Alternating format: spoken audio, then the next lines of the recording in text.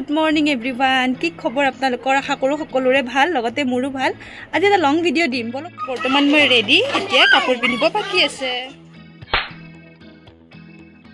মই ৰেডি হৈ যাব ওলাইছো এখন শান্তিৰ দেশলৈ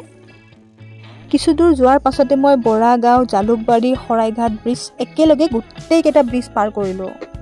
ইমান দূৰ চুচৰি বাগৰি মই কিয় গৈ আছোঁ আৰু ক'ত গৈ আছোঁ সেয়া জানিবলৈ আপোনালোকে ভিডিঅ'টো শেষলৈ চাব লাগিব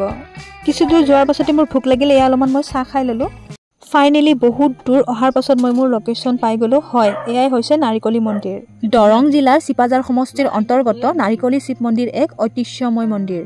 এই মন্দিৰত এক সুকীয়া ঐশ্বৰিক শক্তি আছে বুলি সকলো সম্প্ৰদায়ৰ মানুহৰে বিশ্বাস আছে গুৱাহাটীৰ পৰা বাইহাটা চাৰিআলি হৈ তেজপুৰলৈ যোৱা ৰাষ্ট্ৰীয় ঘাইপথটোৰ কাষতে থকা এই ঐশ্বৰিক শক্তি সম্পূৰ্ণ মন্দিৰটোত অতীতৰ পৰাই গাড়ী মটৰেৰে অহা সকলো সম্প্ৰদায়ৰ পথচাৰীয়ে অলপ সময় গাড়ী ৰখাই হ'লেও দানপাত্ৰত পইচা দি ভগৱানক সেৱা জনাইহে যাত্ৰা কৰে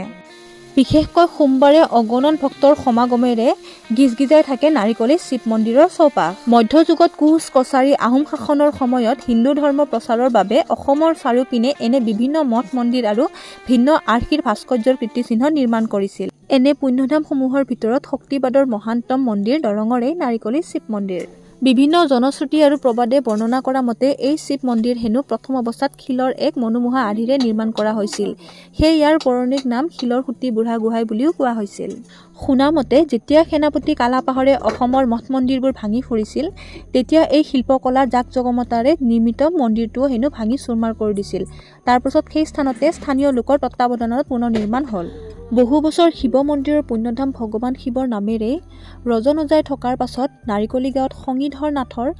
মন দাপোনত ভাহি উঠিল অন্য এক সপোন বিষ্ণু আৰাধনাৰ নিমিত্তে স্থাপন কৰা হ'ল ভগৱানৰ ভাগৱত মন্দিৰ এই মন্দিৰৰ প্ৰধান উৎসৱ হৈছে শিৱৰাত্ৰি পূজা তিনিদিনীয়া কাৰ্যসূচীৰে পালন কৰা হয় এই শিৱৰাত্ৰি পূজা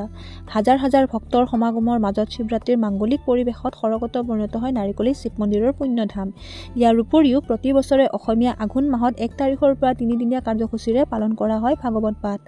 অসমৰ বিভিন্ন প্ৰান্তৰ গুণী জ্ঞানী শাস্ত্ৰীক পুৰোধা ব্যক্তিসকলে ভাগৱত পাঠ কৰে এই মন্দিৰত প্ৰতিদিনে অহা দৰ্শনাৰ্থী আৰু বিবাহ যাত্ৰীৰ বাবে খোৱা লোৱা কৰাৰ সুন্দৰ পৰিৱেশো আছে কোনো ধৰণৰ যান জঁটৰ অসুবিধা নহবৰ বাবে গাড়ী ৰখাৰ বাবে এখন নিৰ্ভৰশীল খেলপথাৰ আছে এই সকলোবোৰ চোৱা চিতা কৰে মন্দিৰ পৰিচালনা সমিতিয়ে মন্দিৰটোৰ ভিতৰত সোমালে এনেকুৱা লাগে যেন পৃথিৱীত আৰু বেলেগ একোৱেই নাই ইয়াতেই যেন সকলো ইয়াতেই যেন শান্তি আজিৰ ভিডিঅ'টি ইমানলৈকে আছিল শেষলৈ চোৱাৰ বাবে ধন্যবাদ